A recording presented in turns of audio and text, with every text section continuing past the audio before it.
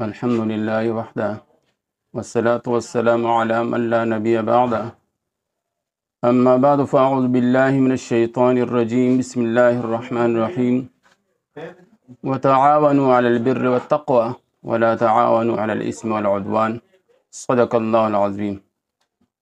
زمان مسلمانان رونو چې څنګه موږ تاسو ته پته ده چې زموږ تربیتي اصلاحي اجتماع په پنجپیر کلي کې په اکتوبر په میاشت کې کیږي. همدغه شان دې کال کې به مو انشاءالله په 24 25 26 27 اکتوبر انشاءالله په اکتوبر کې به دا اجتماع شروع کیږي.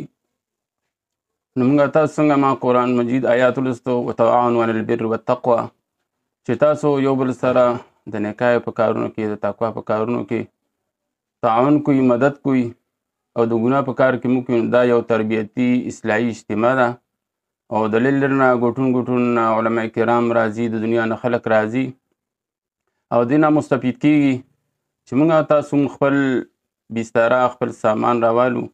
انشاءالله دې اجتماع کې موږ تاسو حاضري وکړو، د خپل عقیدې د خپل عمل او د سیز اصلاح وکړو او بل چاته نور رونو ته هم دا پیغام رسو.